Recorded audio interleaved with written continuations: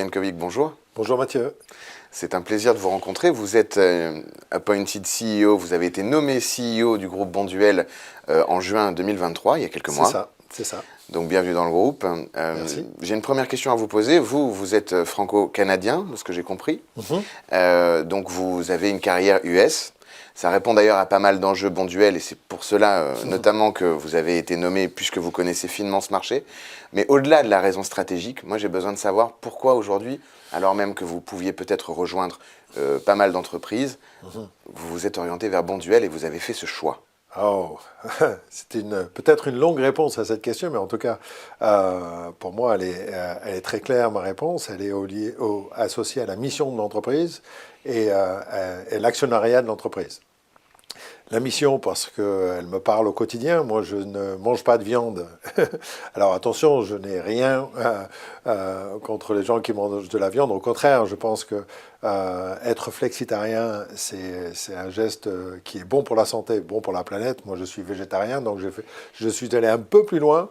Mais en tout cas, cette mission d'entreprise me parle au quotidien et m'anime.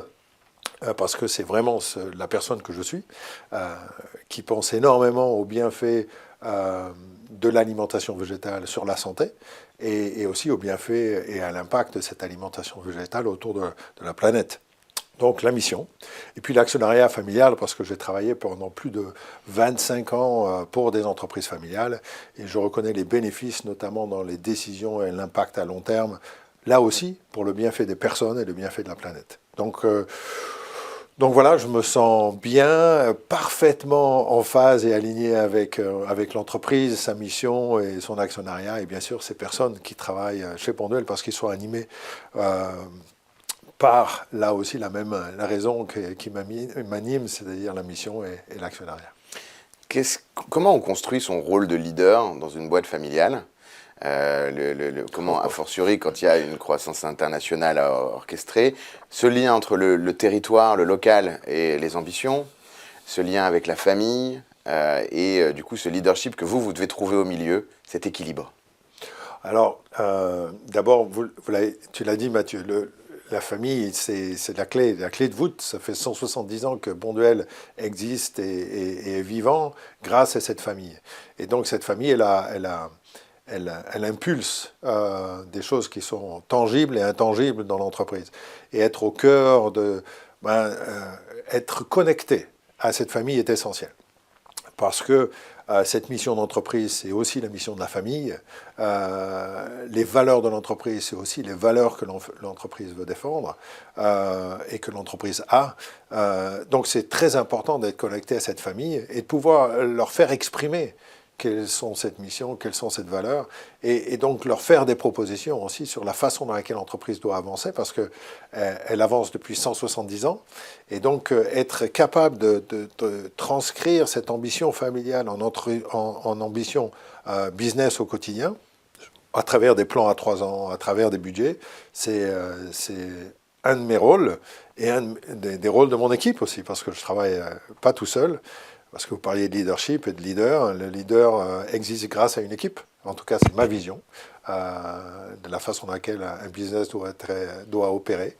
Et donc, c'est d'être capable, avec une équipe, de transcrire cette vision à long terme d'une entreprise avec des objectifs à court terme, des objectifs à moyen terme. Et des priorités. Et des priorités, bien sûr, la prioritisation, enfin, priorisation.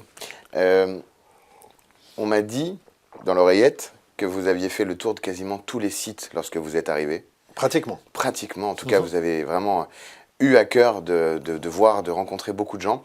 Est-ce que vous pouvez nous dire peut-être un élément que vous avez partagé avec eux lorsque vous vous êtes présenté à eux ou alors un élément qui vous a marqué particulièrement pendant ces rencontres ?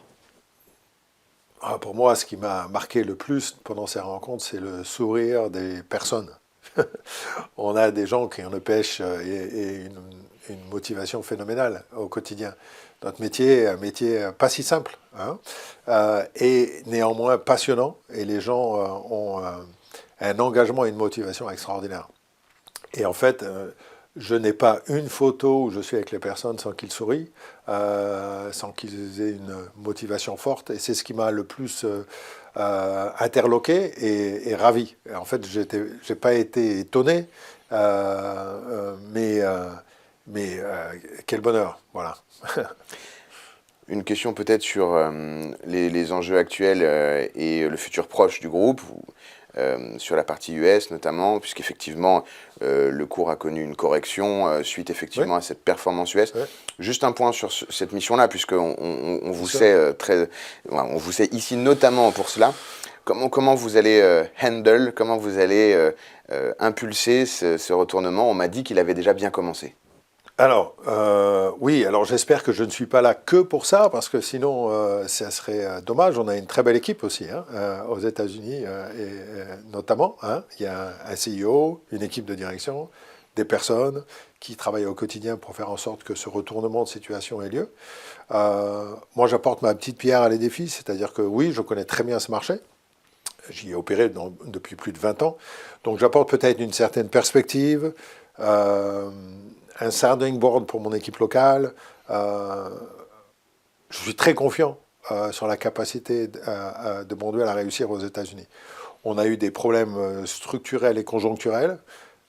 Les problèmes structurels sont en train d'être réglés. Donc là, on a revisité notre appareil industriel pour être plus pertinent par rapport au marché dans lequel on opère. Conjoncturel parce qu'on n'était pas prêt pour subir le grand chamboulement de la situation liée au Covid. Et donc, on a eu des problèmes de taux de service significatifs qui ont impacté la notion de confiance qu'on avait réussi à développer avec nos clients. Et donc, on n'a pas eu de disponibilité de nos produits sur les étagères. Donc, on a accumulé les erreurs. Nous sommes en train de les corriger. Je suis très confiant sur la capacité de correction. Et cette mission qui est la transition vers le végétal, elle est pertinente partout dans le monde, et encore plus en Amérique du Nord, où, vous le savez peut-être, le taux d'obésité est autour de 40%. Il y a un vrai problème de santé significatif. Et on est là. On est là pour aider. Donc on a une mission qui est pertinente. On a des équipes aujourd'hui qui sont en place et compétentes, ce qui n'était peut-être pas le cas à un certain moment. Et on a des structures en place. Donc moi je suis très confiant. Les progrès sont significatifs depuis un an déjà. On a encore beaucoup de boulot, parce que c'est tout un processus qui va nous prendre entre 2 ans et 2 ans et demi. Mais pour moi, ça ne fait aucun doute. Voilà. Merci beaucoup. Quelle est votre vision du duo entre le CEO et le CFO, puisque cette émission est notamment dédiée à la direction financière du groupe Bonduelle? Essentiel. J'ai l'habitude de dire, avec le CEO, il y a 2 copilotes. Il y a la personne qui s'occupe des hommes et des femmes au quotidien, donc la responsable des ressources humaines, et le CFO. Donc la personne qui est en charge des ressources financières de l'entreprise, quelque part. Alors c'est un bien grand mot, les ressources financières, mais qu'est-ce que ça veut dire? Il y a 2 rôles pour un directeur financier. C'est le rôle de gouvernance, qui est essentiel, c'est-à-dire qu'on produit des résultats, on produit une situation financière dans l'entreprise, il faut qu'elle soit juste, et c'est très important. Et puis après, il y a la partie assistance financière, ou plus que financière, assistance à la création de valeur. Et c'est pour ça que le terme CFO, c'est bien, mais pour moi, il y a mieux. Chief Value Officer. Voilà, value, parce que la création de valeur, c'est ce qui intéresse l'entreprise et ce qui doit intéresser les entreprises dans le futur. Et cette capacité au directeur financier à apporter de la valeur, pour moi, est beaucoup plus importante. Et c'est pour ça ce terme copilote, c'est la création de valeur, assister le CEO à créer de la valeur et l'ensemble des membres de l'entreprise à créer de la valeur financière, sociétale, environnementale, parce que les entreprises ne sont plus jugées que par leur bilan aujourd'hui, et c'est bien. C'est-à-dire que l'impact au niveau de valeur est très important pour le monde extérieur. Il n'y a pas que la finance, il n'y a pas que les résultats financiers, et tant mieux. Mais la création de valeur, prendre les bonnes décisions, la prédictabilité des résultats à venir, la prédictabilité des 18 mois à venir en fonction des stratégies qui sont développées, là, le CFO a vraiment un rôle à jouer qui est essentiel. Donc, c'est plus une histoire où on constate des résultats, Parce que chaque fois qu'on constate et on sort un bilan, un compte de résultat, on est déjà dans le passé. On regarde derrière nous. C'est la capacité du CFO à regarder devant, à être capable d'aider son CEO à prendre les bonnes décisions parce qu'on a la capacité à vraiment se projeter sur de la prédiction, en fait. Et donc là, le financier ou la direction financière joue et doit jouer pleinement son rôle. Et on voit qu'avec la certification B Corp que vous arrivez à adosser à de plus en plus de vos activités, on voit que vous prenez le chemin puisque c'est une des certifications les plus exigeantes aujourd'hui. C'est ça, c'est ça, c'est ça, tout à fait.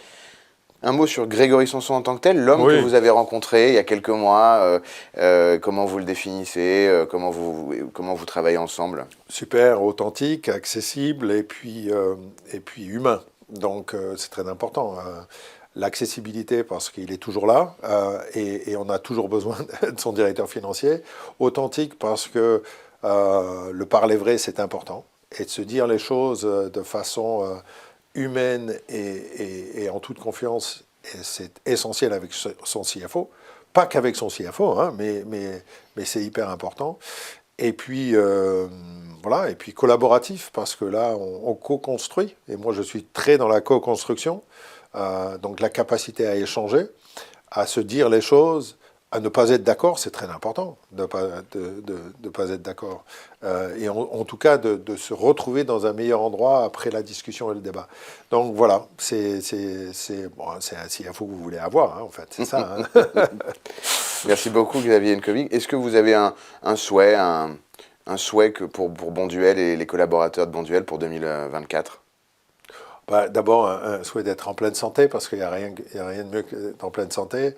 Le souhait de s'éclater au quotidien, parce que la vie est trop courte, hein, on n'en a qu'une. Hein, en tout cas, c'est une certitude. J'espère qu'il y en a plusieurs, mais que l'entreprise puisse les animer, mais qu'ils animent aussi les entreprises. Le souhait qu'ils se sentent libres de faire des propositions, libres d'impulser une différence dans l'entreprise. En tout cas, c'est mon souhait, c'est qu'ils ne s'arrêtent jamais de proposer. Voilà, parce qu'on a tous un rôle essentiel à jouer. Tous les employés de Bonduelle ont un rôle essentiel à jouer. C'est pas que le financier, mais tous sont voilà. On invite qu'ils puissent se sentir tous invités à faire une différence au quotidien. Voilà. Merci beaucoup. On arrive à la fin de cette interview. Je vous remercie infiniment d'avoir pris quelques minutes avec nous. Merci Xavier. Un vrai plaisir.